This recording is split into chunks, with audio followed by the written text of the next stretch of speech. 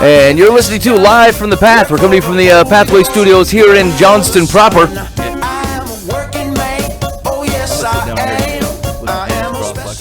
Something heavy on people. What do you mean? You're gonna sit down where? Well, it's hard to notice my posture because the camera's kind of close, but I'm really leaned into it like we're gonna have an intimate moment. You know, like a speech of some kind. I don't intend. You look serious. I don't intend to have an intimate moment. Picked up on my vibe. Yeah. All right, here's what we got going on the show tonight. So there was an article that it's been sitting in my list of stuff for the last 3 weeks. It was a New York Times article on torn over Donald Trump and cut off by culture wars, evangelicals despair. And like I said, it was there were some local folks that were like part of that article, and like I'm not sure that we should be happy about how Jesus people are portrayed in this article. Oh, so anyway, I thought and I think, frankly, I think that's political affiliation and or current leaning agnostic. I'm not sure as a church that we should be happy with, like, how, whether we control this or not, how that behavior is otherwise reflecting on the culture. We're like, yeah, we know how those people are. Like, if this is what they're getting from how we're behaving, we might need to reconsider how we're behaving. So anyway, I just, we might touch on that. And then, Mike, we got a dog pile of news, right? Or like advice. Yeah. The first one coming through is a heavy-handed 911 operator, which I'm pretty sure they're making good sense. But it's got to be 6 paragraphs long. I might have to truncate it a little bit. It's basically, when here's what it boils down to. They're basically going to say, look, have your stuff prepared when you call 911. Well, when you call 911, you're kind of freaked out. Organize your emergency. Yeah, obviously most people are not apt at handling terrible emergency situations. I've called 911 one time when I set my own field on fire, and that was embarrassing enough, And they were asking a bunch of questions, and I'm like, I don't know, the fire's getting out of control. You guys got to get here. And they're like, well, what's your address? I'm like, I don't know, the fire, look at it. It's really going nuts. And so, it's really hard to put get all your senses together when bad stuff's going down. And so I know where this is gonna come from, but I can sniff it coming a mile away. You're used to taking some pretty anxiety-ridden phone calls, and Joe Schmo's like, bad stuff happened. You're my only outlet. I'm gonna stammer a little bit, I'm always like, I haven't called 911 because I might have a legitimate situation, and they're so like. Probably what your question is going to be, freaky about stuff. I'm like, maybe I shouldn't call. They're not bleeding out yet. Maybe I'll just call the regular police. You think they're going to mock you for overreacting? Yeah. It's like, there's no emergency. It's like, who do I call if there's someone in my house? I don't know. I'm just always second think. That was exactly my process. I called my wife first. Yeah. And I set the field on fire, and I called my wife and I said, hey, where are you at? She goes, I'm up at the school picking up the kids, like 5 minutes away. I said, that's not going to be enough time to help me decide whether I should call the fire department or not. I kind of set the whole field on fire. Wow. She said, well, you're going to have to make a decision. I'm not there. I'm like, man, this is what I use you for, right? Like, I'm prone to making ridiculous calls. And so I called the fire department. It was a good idea. It was really getting out of hand. So this was an article that came out that said... people are wanting advice, and sometimes, like, when they write into the Dear Life from the Path asking for advice, sometimes they use it as their own... stump speech, as if they're like, by the way, as long as I have the microphone, here's what you guys are screwing up, and I rock, and so like that's basically what the first one's going to be. It's like a cashier at the gas station writes in and says, quit calling it Bavarian cream. It's from New Jersey. It's not from Bavaria, and you look silly, and I think you should tell your readers. Yeah, so I had that type of thing. I had this happen at McDonald's when I was recently when I stopped at McDonald's for breakfast or whatever on the way to work, and like somebody with me ordered the menu says sausage McMuffin, and he said, and I'll have cheese on that because it doesn't say with cheese, and the woman goes, it already has cheese on it. Like, okay, all right, calm down. You know what I'm saying? Honest mistake from a guy that does not work here. I think you've overreacted. Right. Hey, man, if cheese is important, I feel like that's worth a checkup. Yeah. And then she yelled at me because I said, I'll take the steak McMuffin. And they're like, we don't have the steak anymore. We also don't have the bagels. All right, making a McRib McMuffin. Yeah, I'm like, I tell you what do you have? You know, I mean, I don't keep track of your daily menu changes. Obviously, you know, I don't call McDonald's on the every morning, and be like, what's new here? You know, I'm just coming in what I'm used to and trying to order the thing. And man, she was snipey. She was not happy. Bad mood. All right, so we'll see if we can straighten that out with a proper Jesus worldview perspective on reaction to that advice. Also, Aaron Dewitt is in studio. Aaron is the worship leader at Simple Church, and we know Aaron. Aaron and I go way back. I mean, way back. Yeah, way back. But we recently we're catching up, and he's got a cool worship event coming up, and he's just an all-around sweet dude, so we thought we'd have him in. And he's going to do a couple tunes and kind of share about the worship event. So actually, why don't you just, for the folks who are not familiar with you, just tell them a little bit about yourself. Like, how did you get into being a worship leader, and what gets you excited about that? Well, I've always grown up Christian. You know, I grew up in a Christian household and everything, and I think a lot of the times we take that for granted. You know, and it's. You know, it kind of misleads us at times, because when we do take it for granted, we can we just get lost in what we're trying to pursue. And I was pursuing more of a career for myself. You know, I wanted to play secular music and songs and stuff. And my heart, every time I would try to write a secular song, would always bring back to, like, they would always be deeper. There would always be something there that was pulling at my heart. And God just led me to Him and to worship Him more. And I'm going to be singing a song that had a big impact on my life called "I Surrender," because it seems like so many times I would screw up and I would forget about God and take Him for granted and everything, and then I would return to Him and be like, I surrender to you, God. I'm so sorry for the discourse that I took, through all the years, and how I get distracted so easily. So, and then that kind of leads into another song that I'm going to do. It's called "No Longer Slaves," one of my favorites, and it talks about how we're no longer slaves to fear. We're children of God, and that fear of what people think, and is such a big distraction in our lives, and so that's had a big impact for me. And yeah, I moved recently from LA. I was out there for 7 years, and I studied music. I did a keyboard performance program there at MI in Hollywood, and met my wife Amanda out there, and we have 2 kids now. And do you have any only in LA stories, like you could tell this story and it's only believable because it happened in LA? Do you have any stories like that? No, I when I was a server, I served like a bunch of famous people, Leonardo DiCaprio, and cool things. I don't know. What did he order? Well, it was an all-you-can-eat. He went to a churrascaria. Well, that seems low rent. No, it's like 78 pounds. No. This is a churrascaria, though. This is a high-end. That's not a buffet. No, have you guys ever had a Brazilian steakhouse? Oh, yeah. One of those joints. Well, I accidentally. Dan and I were at a Brazilian steakhouse, and I was unaware of what I had actually walked into until they started bringing the slabs of meat around. That's right. And there was no like prices on anything. And I that was me, by the way, that brought that slab of meat. You were the gaucho? I was a gaucho. I served and prepared the meats. I mean, that's a cool gig, but like, I mean, it takes a dullard like myself a little bit to catch on when there's like wheels of great like aged Parmesan on the salad bar that you chop off yourself. Yeah. And there's no prices on any of the menus. I thought, oh, good night. What have I wandered into? Had I thought about this and like actually known, I probably would have had more meats, to be honest with you. I probably would have doubled down on what I was eating. Lighten up on the salad stuff. Yeah. They still, I mean, even at the expenses one, they try to snake you in with bread and greens, fill up on this, fool. Eat this huge piece of garlic bread, you'll love it. Sneaky gaucho. Yeah. And the managers are always like, sell the garlic bread. Cut down on our costs. I mean, how do you sleep at night as that manager? Yeah. You know what I'm saying? Like, you know what you're doing to people. Come on. $700. Although, I mean, I'm suckered in by the places that give you like a full crouton that look like a grilled cheese sandwich kind of. It's like a big crouton, you know? I'm like, I get a break it myself. It looked like it was made like this. And I get super excited, and then I'm full on crouton. And then I'm like, prime rib buffet, I'm half full of crouton. I'm not interested in none of that stuff. That's funny. No, I count that. That's an only in LA story.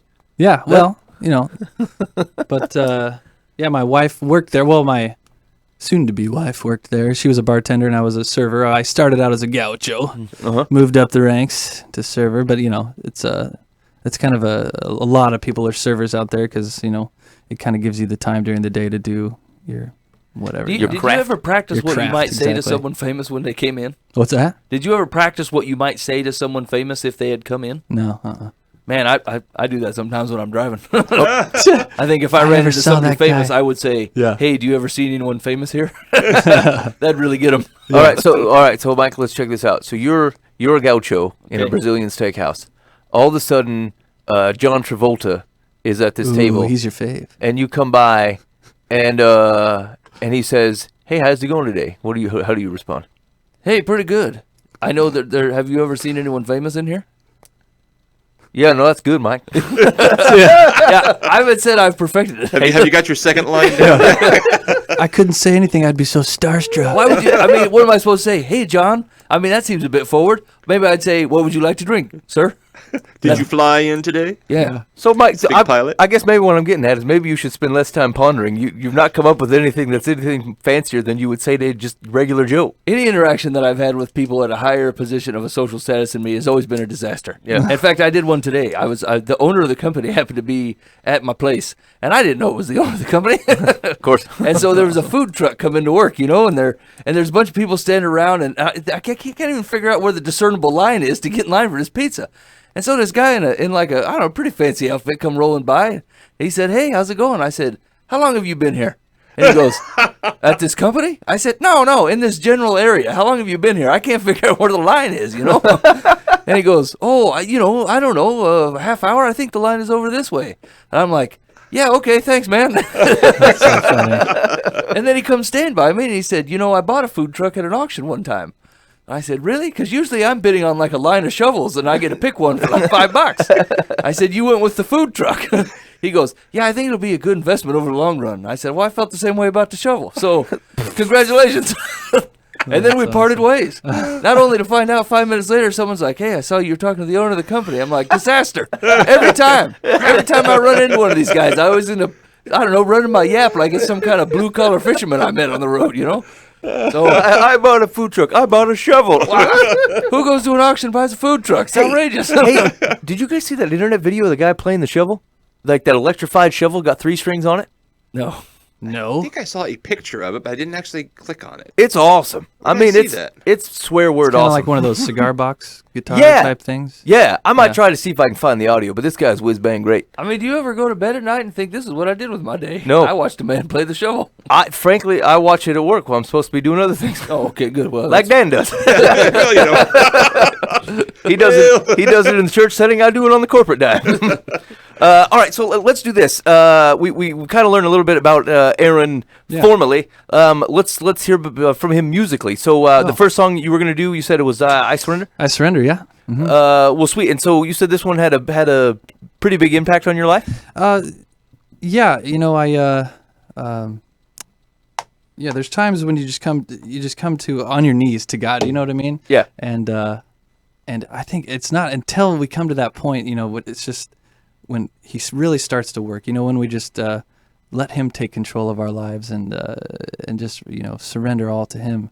And so this song, there was just this night in my apartment in L.A. that it just I just was on my knees singing it, and it just had such a big impact in my life. And from there, I just loved worship music. One of the big things that has made a big impact is listening to Christian music. And I think, I said this at Sunday morning, this last Sunday, but it's like if we have Christian music playing in our head, and that's going through our heads throughout the day, because one of the biggest things, I think as Christians that is bad for us is that we forget about, after Sunday morning, come Tuesday at 3:00, we're so distracted from everything else going on, and having these songs stuck in our head, waking up in the morning singing praises to. I wake up in the mornings now, singing, Lord, I need you, and God, I surrender to you. I'm no longer a slave to fear. It's weird how that works, because like that'll happen to me on songs that I haven't heard for like 3 or 4 weeks. Like I'll just wake up in the morning and I won't even realize that it's going through my head, and then maybe I'm brushing my teeth or taking a whiz or something, and like this, I finally I realize the song is playing, and it wasn't one that I heard yesterday. It wasn't one that we sang recently. It's just like that. Just is the soundtrack of that morning. Is this tune is going through, and like every once in a while I realize it clear enough that I can say thanks for it, right? To recognize that that's in there, and that's you're right. It does. It kind of carries the day, and it gives you a grounding in times where otherwise you're in kind of an atmosphere where it's that type of thing that is your grounding, to whatever's going on around you. Yeah, music is so powerful, man. Yeah, it really is. Are you going to have Jay-Z flowing through your head during the days, or are you going to have the praises of God flowing through your head, so how is that going to influence you? You know what I mean? So it's, I think it's such a big thing that just gets overlooked a lot of the time. Yeah, no, that's true. In fact, that hit my life maybe 2 or 3 days ago as I caught myself jumping around, and jumping up and getting down. And it's because I'd put the wrong thing in my head, Aaron. That's right. And that's, that'll happen. That's what happened in my life. All right. Not to say it's a bad thing, but it's just, to each their own, I suppose. I don't know. Deuteronomy's pretty clear. There ain't no jumping. The Lord don't dig on that. Yeah, the Lord doesn't like no jumping around. Because it's the crisscross. Hey, crisscross of Christianity. What do you do with the Lord's leaping for Christmas? Those Lords are leaping. That's hilarious. It's not biblical, Ben. No, that's shoot. I'm gonna have to rethink. Most of my theology is based upon that tune. I've been celebrating Christmas for 12 days. Dang it. All right, cool. Well, go ahead and fire it up. This is Aaron Dewitt. And I Surrender. You're listening to Live from the Path. Cool.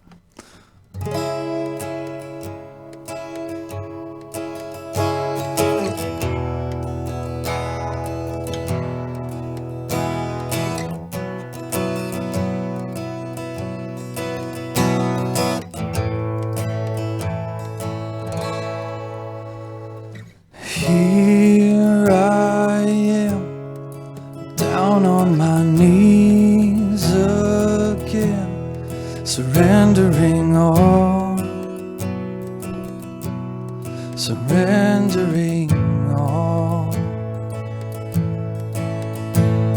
and find me here, Lord, as I draw me near. I'm desperate for you, Lord, I'm desperate for you. I surrender.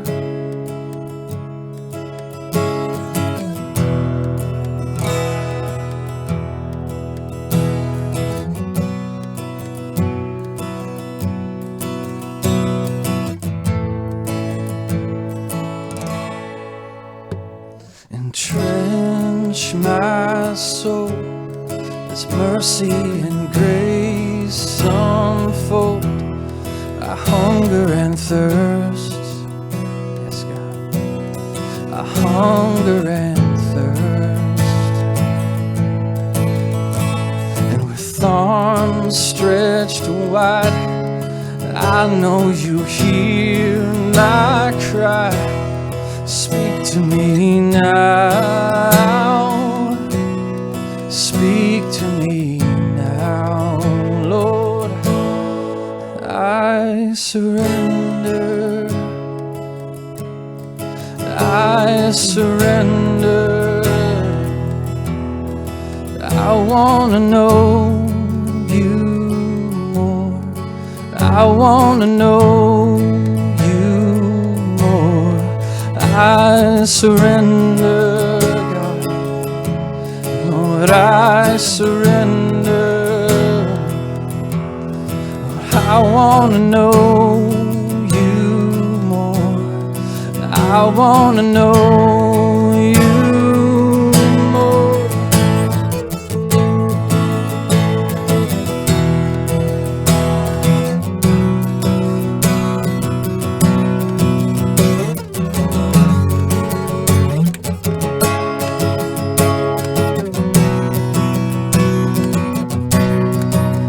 Like a rushing wind, Jesus, breathe within. Lord, have your way, Lord, have your way in me.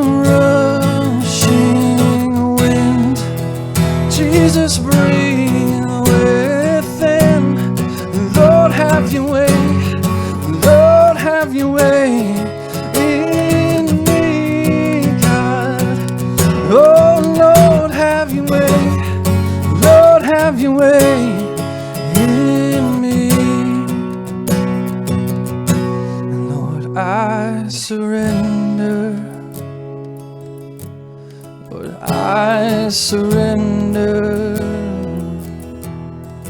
I want to know you more.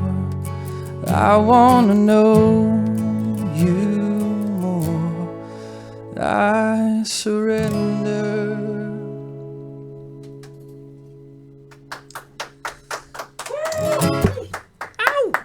I think it's really cool. You don't think of someone saying, "Hey, I'm going off to L.A. to find Jesus," right? Yeah. I mean, you always think, "Hey, you're running off to L.A. to kind of escape Jesus a little bit." So I don't know. I think it's kind of cool that not that you. I mean, you had Jesus before, but you kind of went to a deeper level with him there. I think that's kind of neat in the context of all that there is. Hanging out with Hollywood people. Yeah, We Hollywood. keep Halloween here. Those people. Don't Sorry, let 'em people out. who aren't me. Yeah. People on a different level than Mike and I. I That's said just kind same of cool thing. that in the midst of that, you're in your apartment, you're singing this song, and Yeah, and it's becoming real. That I don't know. I think that's awesome. Yeah, totally. Yeah, and it totally was. You're absolutely right. I totally took it deeper than I'd ever imagined, because, like I said, when you're a Christian, your whole life you do take it for granted. You don't you don't really realize. You go to church every Sunday with your parents, and it's just the thing you do. And it doesn't hit your heart. Yeah. Like sometimes it does. Especially for new believers. I think they when they find God and they really understand, what they've been missing out on, then it's such a bigger impact, a lot of the time, and I think we can take that for granted as Christians sometimes. But and that's what this worship night that we're doing on the October 23rd. It's called the theme of it is going deeper. And so that's exactly what I did in LA, and I didn't expect that, because I went out, pursuing, I wanted to do composing initially, and I did, and I composed for some independent films and did a bunch of projects, and I'm still a composer today, and I just did the Service Legends commercial here in Des Moines. Sweet. One of them. But yeah, God tugged at my heart, and I don't want to do anything but serve Him and live my life for Him, because that seriously is the most fulfilling life there is. Right. I mean, He takes away all my fears. He gives me life, and abundantly, and I don't see any other way. So tell us a little bit more about that, about the worship night. So you have the date. Like, what's is it open to the public? Can anybody come? Absolutely, yeah, yeah. may not. It's sponsored by our church, but and it's the first time the church is doing anything like this, and so. You can't buy tickets online, but you can go to our Facebook page and message us if you want a ticket, and we'll put your name on a list. But it's $5. This doors open at 5:00, and they have a little dinner going on from 5 to 6:15. We have some food there, and then from 6:15 to 7:15, we have the worship night. So. And the dinner is included with the $5? Absolutely, yeah. Do you guys come up with little slabs of meat? Totally. It's a churrascaria. Yes. Is Mr. Travolta? I serve and prepare the meats and prepare the music. Yes. Something you said that actually got me to thinking a little bit was like, where the situation in which that song was allowed to grow and make a difference, right? Yeah. And how often I find myself being like, I feel like I just want to get down on my knees and pray and talk for a minute. Man. And then I don't do it because I'm like, I don't know, is all that really necessary right now? I mean, Yeah. that seems a bit much, But the truth of the matter is, I've talked myself out of it way more times than I care to admit, where I wish I would have just done it, because it was God grabbing and pulling. I need to talk to you, son. I need to talk to you, and you need it more than I do. Come this way. And I'm like, maybe I'll just keep praying on my way out the door. Yeah, I'll get it. We're tight. We're tight. You don't know, me and the Lord we're good here. And it's abundantly necessary for you to do that. I am certain the Lord just yearns to speak with you in a way that you are open to, not only speaking and hearing. And I did not prepare Pope style advice, but I'm gonna hit you with my short version of today, based off what Aaron Dewitt is saying. But don't pass that stuff up. That's the good stuff. Oh, you know what I'm man, saying? That's so good. that's where it's at. It That's where the stuff happens. You think that and I'm guilty of this too. You think it's gonna happen because you decided you're gonna read the book of Job this week, or you're gonna hit your because you're fairly faithful on hitting your Bible reading before you go to bed, or you always get the prayer in right when you wake up, or you hit it at meals, and you're like, these are the things that are solid and put me in the Lord's army, like the Bible study says. I'm in. Yeah. And really, it's the down on your knees, hey Dad, here's me today, Right. you know, and like that's where it's at. And all the other stuff is very helpful into getting you in that position. But like, man, don't ignore that. Please don't ignore that. Like that is where it is. And then if you can shed whatever's blocking you, whether it's convenience or for me, it's generally pride and inconvenience. You know what I'm saying? Of why I feel like I don't have time to do this right now. It was standing 10 feet away from it. I look really foolish, even to my own self. You know what I'm saying? I'm like, what an idiot. Oh, man. Yeah. So yeah, I'm in complete agreement with Aaron. Although I've attempted to sing like really heartfelt worship songs during one of those, and like he doesn't fix that for you. Kind of ruins the mood, doesn't it? Yeah, I mean, I always imagine that like if me and the Lord were just having this conversation, that my voice would suddenly fix itself to be of a heavenly quality. Like angels. It's the same. It's the same. Yeah, it turns out that like Crowder's "Come As You Are" not in my key range, not in the one he's using. Terrible. So anyway, don't ignore that stuff. That's where it's at. That's where it comes from. That's where you're when he says, you know, my burden is light. He can't really take it from you if you don't give it to him. And like those are the times where you're doing that. Yeah, absolutely. I taught a class tonight. We're talking about prayer, and we were talking about the real key of the whole thing of prayer is the scripture where Jesus says to abide in me. You know, I am the branch and you're the vine, and abide in me. And we kind of talked about that a little bit. Like it because it's after that context. He says, "Oh, and whatever you ask in my name, you'll receive." Well, what are you going to ask if you're abiding in Him? You're going to be asking His will. You're going to be asking. You're connected with Him, and that's just key to every area of our lives is that connection, and we get lazy with that, and we'll go through ups and downs in our spiritual life with that. But that's the discipline that we really have to endeavor to keep strong, is that strong connection with God. And it's you know, it's kind of crazy that's coming full circle, right? But like, who knows that the bagels and the steak and cheese McMuffin are off the menu? The people abiding in the McDonald's where they belong. Yeah, and you're like, what's wrong? That's right. They are thinking the way that McDonald's thinks, and they know it's not a surprise to them that there's already cheese on the thing, you know? And see, and that's why oftentimes our prayers are not answered, is because we're not abiding in God. We don't know what's going on. We don't know what's in His heart and His will. It's an emergency. All of a sudden we have this request. Well, God, I need my leg fixed. Yeah. He's like, well, that's not really in the cards right now. I've moved on to bacon. Yeah, God, I want the bagel sandwich. Well, son, you'd know that if you stopped in more catching up, often, but we don't have the bagel sandwich here. You're asking for the wrong thing. Butter. Dang. And the Lord's brought it full circle. The grouchy woman at the McDonald's knows more about Jesus than I do. Lessons from McDonald's. Hey, actually, it's weird you said that. I was reading in Jonah this morning. I was reading the story of Jonah this morning, and it was funny. Like I never get that from Jonah. yeah, what? I mean, it's Did you say Job? Wait. no, it was Jonah. Yeah, okay. That's why. Never mind. Sorry. Yeah, really. All right, if there's no humor in that, I don't know what there is, Dan. I mean, he could have been a pelican, but whales are still funny. But like when the big storm is happening and Jonah starts to describe this thing, like the people that weren't God's people had the right reaction, a healthy fear of God, a right understanding of the circumstances, way better than the disobedient God man that was on the boat, jacking it up, causing the problem, one away from Jesus to begin with. And like sometimes it just is the deal that God uses people that don't really belong to Him, but like they just nail it better than Christians do. Christians are still caught up in whatever it is, other framework that they've kind of perverted a little bit, and people on the outside are going, "Hey, man, you're just." Shouldn't you fear the Lord that you're talking about, though? Because like if He can do this, I feel like you should have a different reaction than what you're having. And anyway, it's just interesting rereading that in the story of Jonah this morning. Hey, you're listening live from the Path. Thanks for hanging out with us so far tonight. We're talking with Aaron Dewitt. He's got a worship night coming up on it was the 23rd, right? 23rd. 23rd. That's $5 at the door. Get you some eats and some worship time. Can't beat either one of those. Either one of those are worth the $5, but they've combined them. Yeah, I mean, it's a package deal. Package deal. I don't want to use the word fool lightly, but I mean, it's a package deal. Raka. Yeah, I'm with Raka, Ben says. Raka. I mean, come on. There's food and worship combined. Is it? What? Do you have any idea what's on the menu? No, I don't. Actually. Salmon. See, it doesn't It's a even matter. surprise. It's salmon, probably. It'll be well worth $5 though. Yeah, Don't tell you that.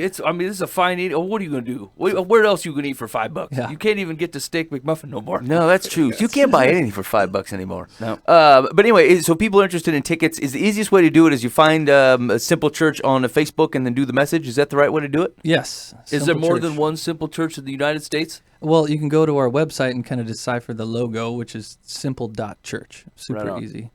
So just That's the whole website. yeah. Simple, do you do that? Simple.church. Very carefully. Why don't you have? Why In don't a you have dainty to, manner. you don't have to our do the ways. org or nothing. You can just, Nothing. There's now a .church, well, I mean, we better get on it. right?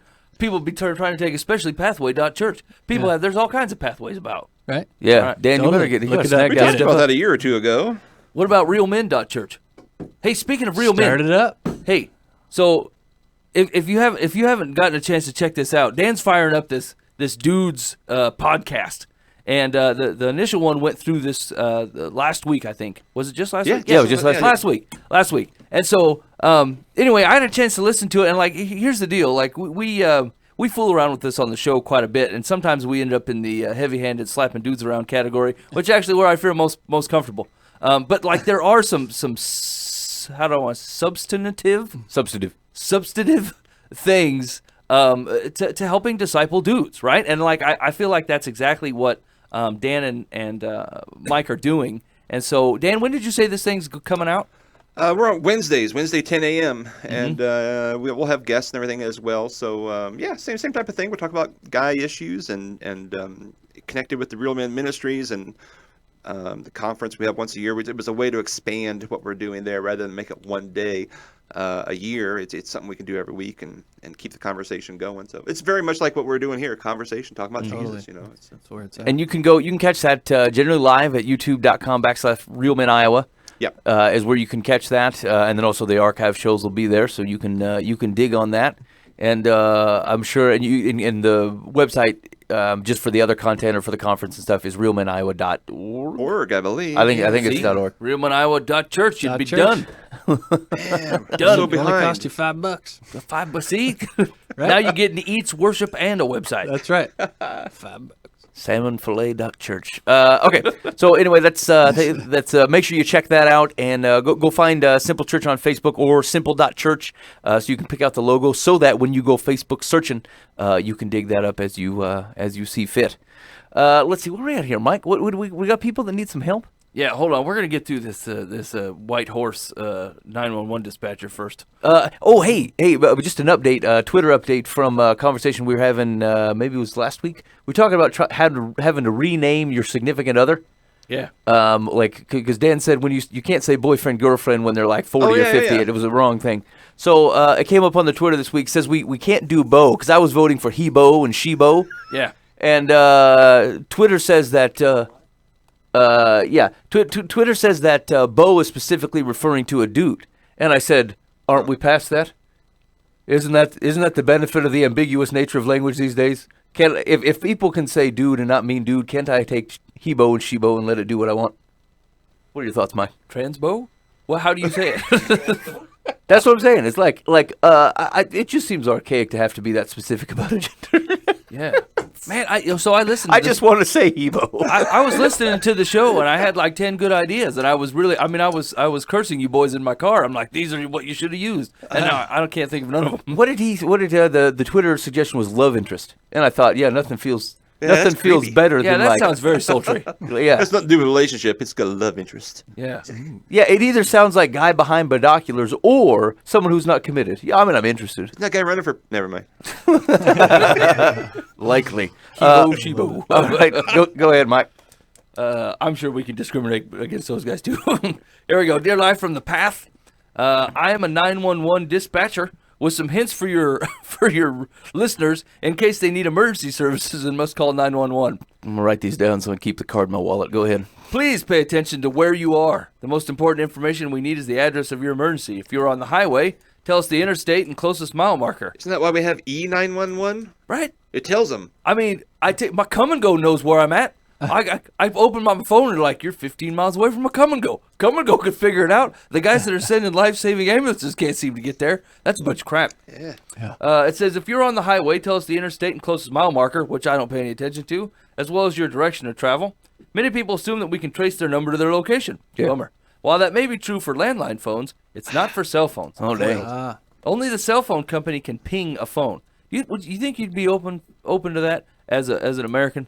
You just need an app. Yeah. Like Need the an apps app- do it. need an app for Like that. you say, come and go. Target tells me when I'm 10 miles Yeah, from right. one. I mean, I open it charge up. $5 for it. Yeah, hit the button. everything's $5. You open an app and you hit the button, and that's your agreement to share your location with the 911 folk. Yeah. That seems pretty easy. I feel like the government should roll $5, this you out. weasel DeWitt. This is an I'm emergency. just kidding. You're a terrible person. No, A vulture of a man. He's It's a an meme. entrepreneur. 911.church. Someone's got to Yeah. pay for that food. No, totally. The salmon fillets aren't really $5. Yeah. Continued advice. It's windy. Here we go. Okay. I would also like to caution parents about letting their children play with a deactivated phone. If you want to let them play or practice, first remove the battery. But yeah, that's real fun. Many calls we receive come from the kids playing on a deactivated phone, and we're unable to call those numbers back to verify if there's a legit emergency. These calls also type emergency lines for people who have a genuine emergency. Now, hold on a second. That doesn't make any sense because by that standard, she said you can't trace the cell phone. They're not really sending out an ambulance. They wouldn't know where to send it on a deactivated phone. Agreed. I suppose it's just that they're putting labor into trying to figure it out. Like, Yeah, is this maybe. really an emergency? No, I mean, I get that that's a legit thing, right? But, like, I mean, I suppose if the kid's, like, 1.5, yeah, I'd probably pull the battery out. But, I mean, if your kid's 5 and you're like, here, play with this That's phone. why I keep the phone around, actually, so they can dial 911 with it. Oh, well, touche. I mean, not You for teach 'em to- not for grins, but like I don't have a landline. They said they were having a lot of problems with kids these days because they'd hit 911 and then no one would hit send because you got to hit send. Oh yeah. And then the call would not go through. So, like, they had to change a bunch of posters and cards and stuff to be like 911 send. Yeah. Oh yeah. Yeah. It's tough to think about, right? Yeah, that One is call. tricky. Continued blabbering. My last comment is this. If you dial 911 by accident, please tell the dispatcher that it was an accident. We never get angry if someone inadvertently dials us. Our job is to make sure the public is okay. If it was accidental, say so. Otherwise, we must call back to make sure there is not an emergency. Or are people just hanging up? Is that the deal? Yeah. Oops. Yeah, whoops, sorry. I think I did that once because I didn't know it went through. Oh, I thought I don't know how I hit 911, but it hit 911, and it rang once, and like, oh, that's back when I had a landline, and Yeah. they showed up. I'm like, ooh. sorry. Wasn't me. I've done this on. This is the foolish mistake of corporate America, right? But like, you always have to dial 9 to get out Yeah. onto a legit phone line. You know, I'm like, why would you do that? What if I mean? Because I've dialed 911 more than once trying to get out on a landline at the workplace. Final advice: those of us in this profession do this job not because we are getting rich. Here we go, but because we want to help people. We are the most important link in getting people the help they need. But we cannot do it without knowing where the emergency is. Thanks for getting the word out. Yeah, okay. I mean, there's some good points. I mean, at the time, there's nothing to disagree with here, I guess. I still go back. I called the police once, years ago, and we just moved to Atlantic, Iowa, and I didn't know my roads very well, and we saw a cow on the road, and I thought, oh, maybe someone should know. I don't know. What do you do? What do you do when there's a cow on the road? Yeah, So- right, yeah. So I called the police department. They like, what road's it on? I'm like, Farmer Road. Olive. Well, anyway, there's like only 2 main roads coming. I gave them the wrong road. Right. Because I'm like, yeah, I thought I was right, but I really wasn't. There was like 2 years later. I thought, wait a minute, that cow was over there. And it's like, so anyway, Set the police off in a small town chasing a cow. that doesn't exist. Totally. I ran into Damn the kids. southern border. I was delivering something for work down to southern Iowa, and it crossed right into Missouri. And as soon as I crossed into Missouri, here come this cow, right? And he's standing right in the middle of the road. And he was there for like 10 minutes, and I thought, I don't even know what the protocol is here, right? Like, I'm in a company vehicle. You can't, like, start hooting and hollering and bumping the cow. So I inched up on him. You know what I'm saying? Like, every minute or so, I'd get up a little 6 inches. And I ain't kidding you. I mean, my bumper was touching him. I was touching this cow, and he ain't moving for nobody. He's got stuff to do in the middle of that road that you don't even understand. And so there I sat for an hour waiting for this cow to move. I mean, when we get out, push him, you know what I'm saying? He kind of does what he wants. That's awesome. Just gotta go spank him. It was even funnier because I was driving a cat truck, and so a cow was stopping a cat from moving, and it was I should have taken a picture of it. There was some poetic semblance. Okay, that's it for the 911 thing. Yeah, okay. I mean, I get it. I hope if everybody in every occupation felt the need to like tell you about their business all the time. Yeah, let me tell you why my job's great, and you don't understand me for the greatness I am. Yeah. I know exactly what's on the McDonald's McMuffins. And there's already cheese on there. There are people coming to order the wrong stuff. Why can't they just know what's on the menu? McDonald's should just get a sign that says "Abide in me." Abide here, so you may understand where the cheese is. All right, here we go. Let's see, dear. Uh-oh. What the heck, Mike? Sorry. You got one job. Sorry. Dear Life from the Path. We have been learning about genetics in my biology class and how you have to get 2 recessive genes from your parents to have the recessive trait like red hair. Mm-hmm. I thought it was cool, so I tried to figure out which traits I got from my parents. Now I'm freaked out because there were several traits I have that I could have not gotten from them. At least one of my parents must have been someone else. I asked my teacher without being specific, and she said I was right. Jeez. Now I don't know what to do. I wonder if I came from an affair that maybe my dad doesn't know about. I would hope that your mom probably knows. Bummer.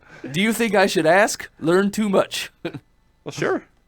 Yeah, I mean, this could become important later in your life, right? Like, there's genetic heart dispositions. disease? Is there?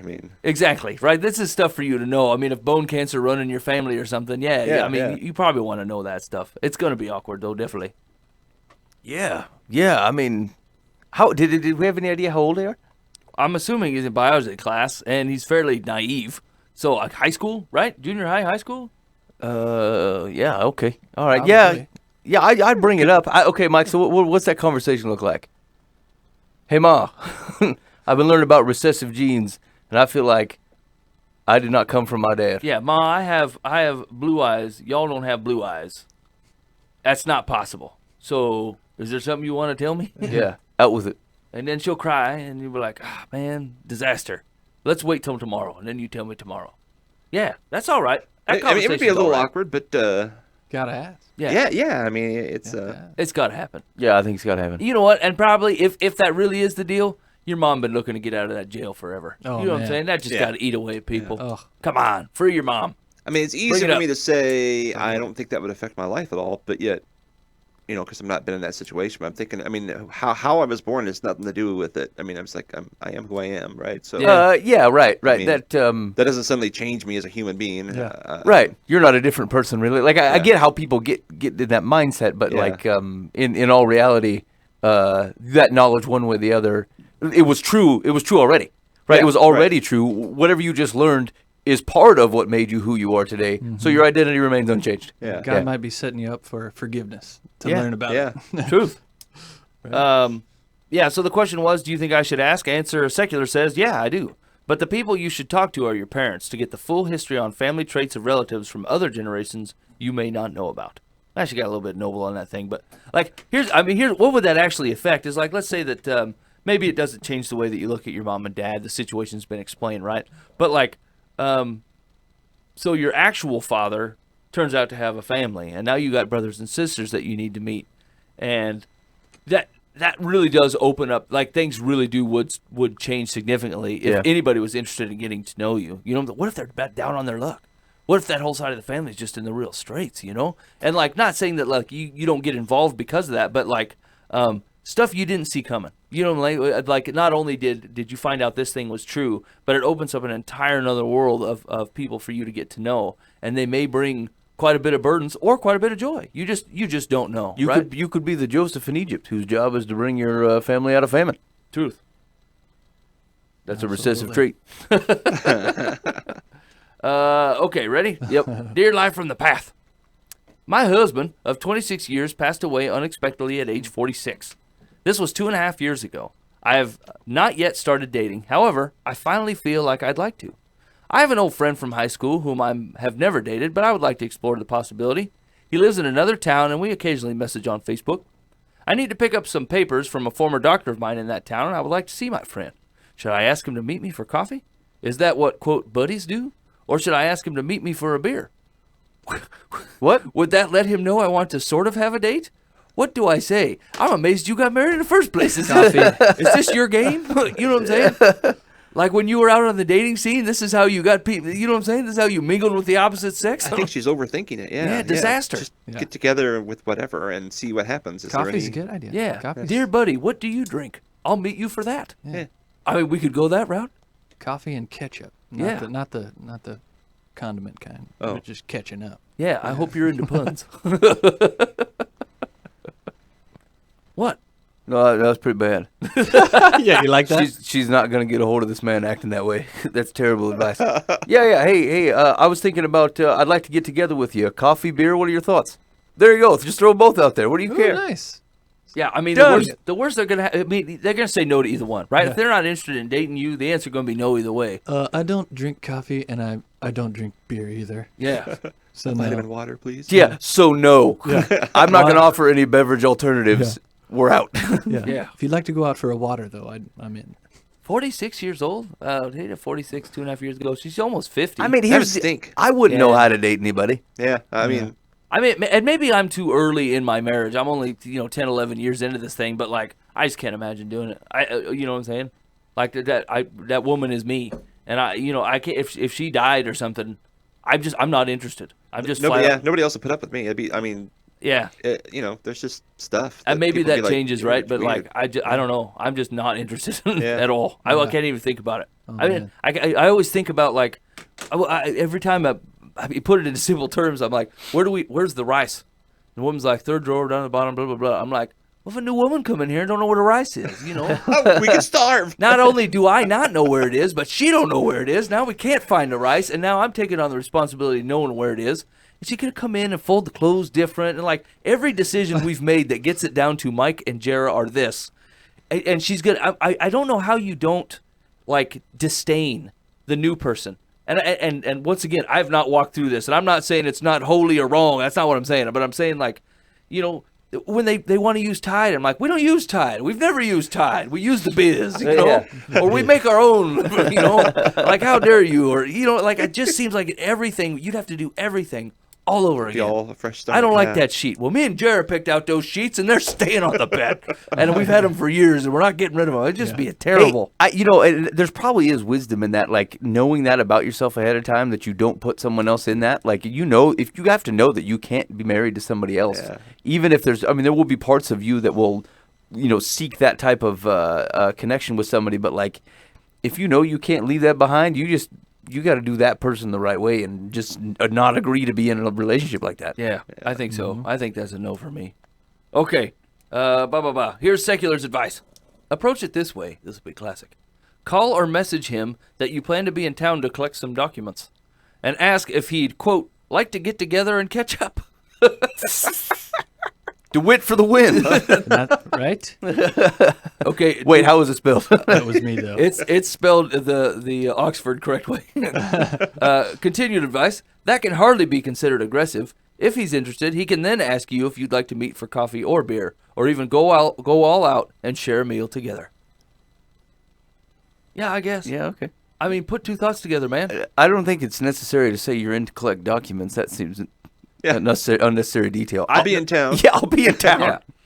Yeah. What are you doing here? The word document is just overly formal for what you're going for, Document. Like, hey, I'm picking up documents. Can we hang out?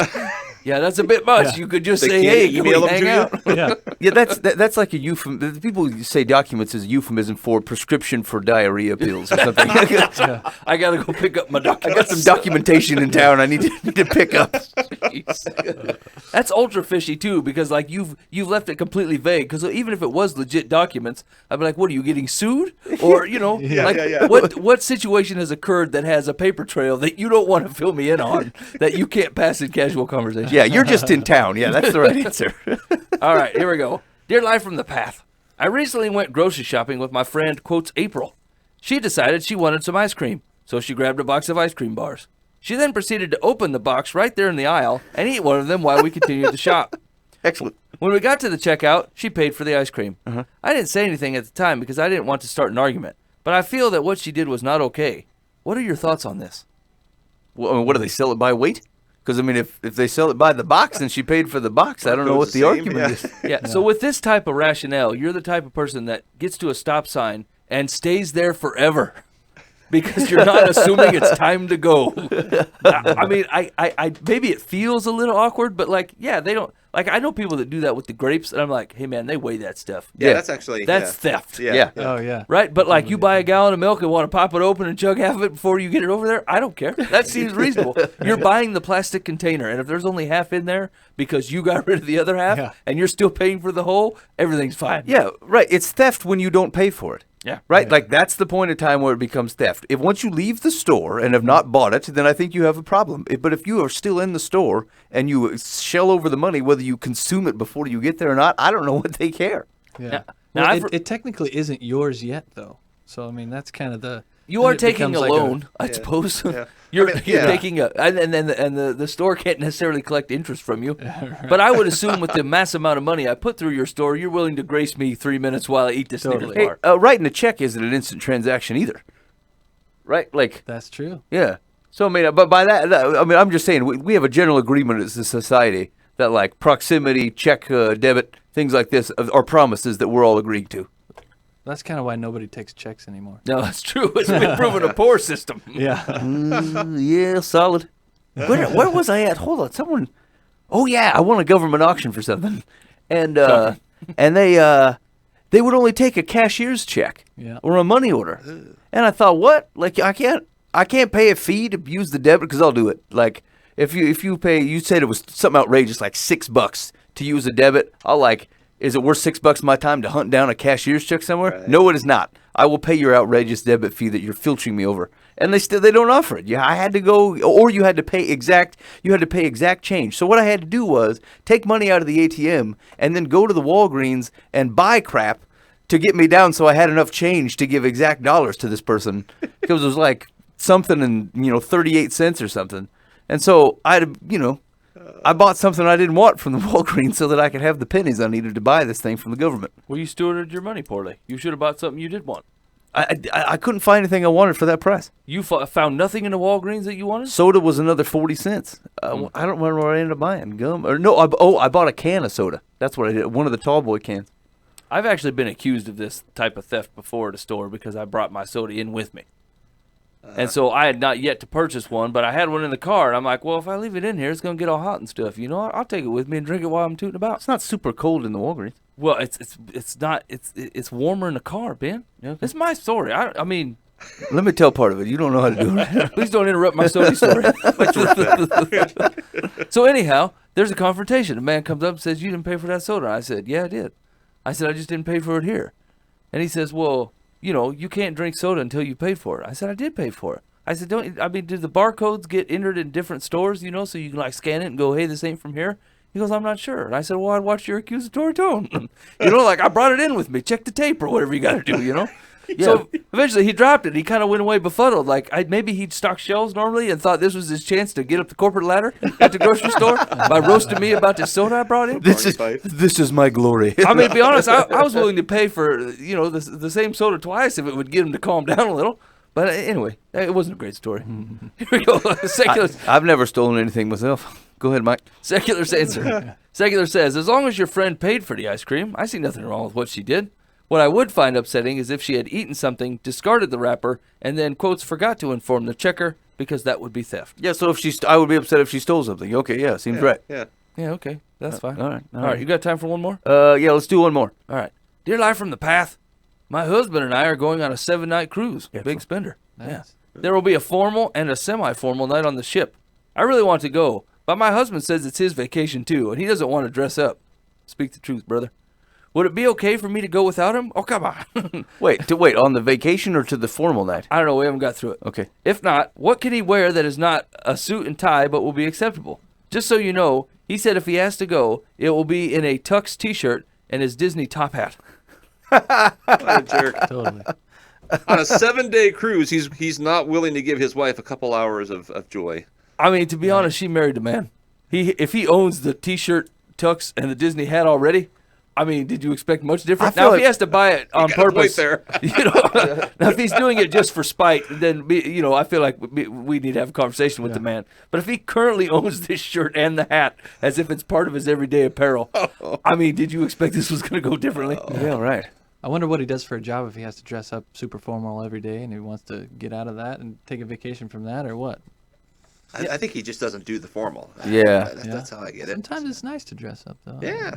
Play Play grown up and treat your wife. And No, it's very you're on a uncomfortable. cruise. I don't feel that way at all. At all. You don't like dressing up? Not in the least. It makes me very uncomfortable. Like change always falls out of my pocket. And like my shirts are always grabbing onto my skin, and I'm like, this is terrible. I wish I had a T-shirt and a jeans on right now, and then I would feel socially fine. You need a tailor to have That's properly true. fitting clothes, and you'd love it. Well, not everyone's a monopoly man like you, Dan. You know what I'm saying? We're on a budget here. Hey, well, you know. We're trying to find the rice in our house. So realistically, our advice to the man is like, you're going to do this thing. Yeah, the man should do it. Love your wife. I think it's okay for the Absolutely. wife to go without him if he absolutely refuses. It just would be very disappointing if that's had to occur. You definitely don't do the Disney hat or whatever. That's a bit much. Yeah. You know, I mean, yeah, that's the end of that Slap to the conversation. face a little bit. Secular says, Hey, wait, if I were the wife, I'd get my picture taken with a gaucho as if he was my date. Absolutely. Yeah. yeah, okay. Secular Good photo says, op. you and your husband are not joined at the hip. If he prefers not to attend certain events during the cruise, that should be his privilege. However, it's your vacation too, and you should have the option to observe the dress code and enjoy those evenings if you wish. If a coat and tie are required on the cruise you chose, you both might be happier if you select a more casual ship next time because some are less formal than others. Yeah, that's true. Do you have to go on this, hoity-toity cruise? Can you go on one with just regular folk on it?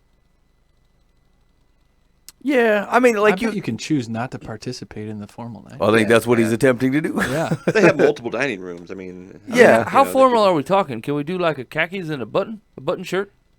My guess is that they probably don't. Well, it Yeah, depends. I'm sure they don't enforce it. Wait, hey, get out of here. I've heard they don't. I mean, I haven't. I been mean, on what? one. I mean, how far off the ship can they push you? You know what I'm saying? Like Yeah. all the way to the rail. Like this is where the hobos stand here, until you sir. clean yourself up. Yeah, I would insist. I would lurk, Yeah. like right outside the door in my not quite formal outfit until they let me in. All right. Yeah. No, I think that works. No, solid advice. The guy should just do it. Yeah. He should just do it. Hey, here's the deal. Your wife will appreciate the gesture, even if you hate it. Like that. In fact, that actually reinforces the gesture. You should do it. All right, you're listening live from the path. Hey, thanks for hanging out with us so far tonight. I tell you what. Aaron's got one more tune. Aaron, what's the next tune you're gonna do? No longer a slave. So what? I don't know. What? How does this one hit you? Well, just kind of like everything we've been talking about tonight. A lot of the questions people have. There's fear involved in it. I guess you can sum it up to questions or fear, but it's I think when we don't, an answer to a lot of those is just trust in the Lord, and listen to your heart, and if you're, what does the Bible say about certain things? Does it say listen to your husband or But fear is just drowning this country, I think, and we just need to get back to trusting God, and when that happens, it's just the freedom that we get from that, and that's just been a really big impact on my life. Just the freedom from fear, and this was just another song, in LA when I was in my apartment, going through these songs and falling in love with worship. No longer a slave to fear. I'm a child of God. I am in His hands. You know what I mean? And that's where the best place is to be for me and for everyone if they can just take that step. But yeah, and that's why I think worship is so important, because it teaches us these things. It helps us to proclaim them to God and really learn about it. So Awesome. All right. Well, this is Aaron Dewitt with No Longer Slave. You're listening to Live from the Path.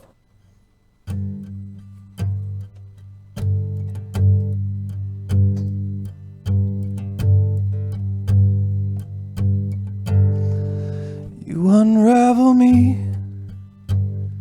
with a melody.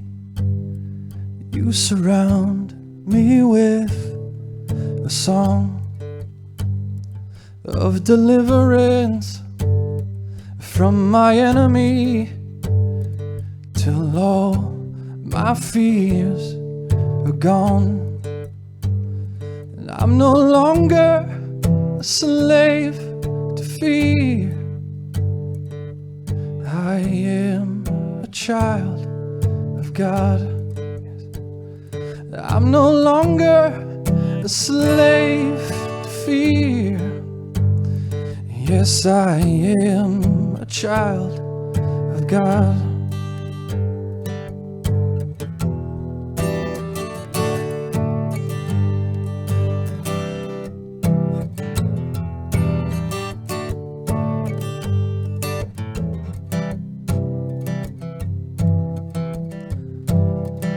And from my mother's womb, you have chosen me. Love has called my name, and I've been born again into a family. Your blood flows through my veins, and I'm no longer a slave to fear. Yes, I am a child of God. I'm no longer a slave to fear. Yes, I am a child of God. Lord, I'm no longer a slave to fear. Yes, I am a child of God. Yeah, I'm no longer a slave to fear. Yes, I am a child of God. Oh, oh, oh,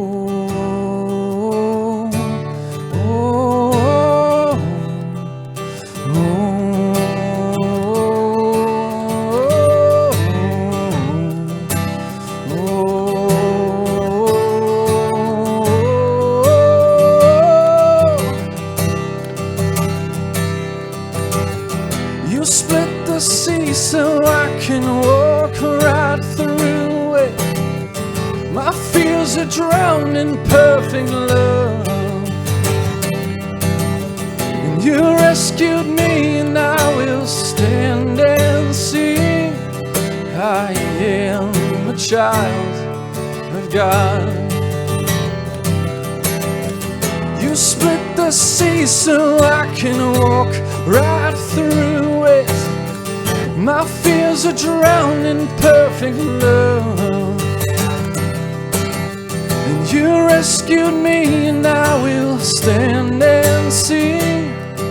I am a child of God. Oh, yes, I am a child of God. I'm no longer a slave to fear. Yes, I am a child of God. Lord, I'm no longer a slave to fear. Yes, I am a child of God.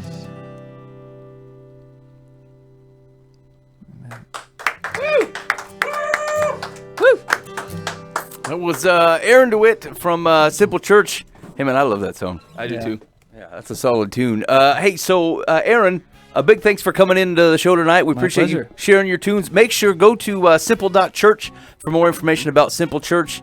And the worship night's on the 23rd. That's $5. That'll get you some eats and some worship time. And again, it's not limited to whether you go to that church or not. So, like, it's just God's people getting together and singing, having a good time, and eating.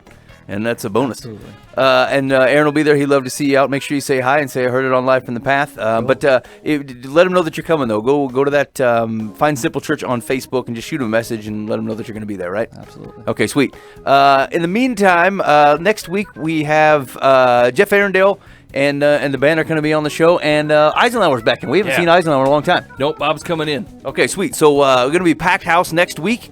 And that'll be exciting. If you have any questions or anything you want to let us know, shoot us an email, info@livefromthepath.org. Otherwise, you can check out the website during the week for past clips of the show, including from Aaron Dewitt. And also, hey, I saw that the Light 45 fellows are getting ready to shoot that their music video for The Maze. No kidding? Yeah. I'd like to be in that. Yeah, I know. I don't think it'll be in town, though. I think we're out. Well, how selfish. Okay, all right. Anyway, but you can check out clips from those fellas. There's all kinds of good stuff sitting out there on the website. In the meantime, hey, please be faithful in the means. God will handle the ends. You've been listening to Live from the Path.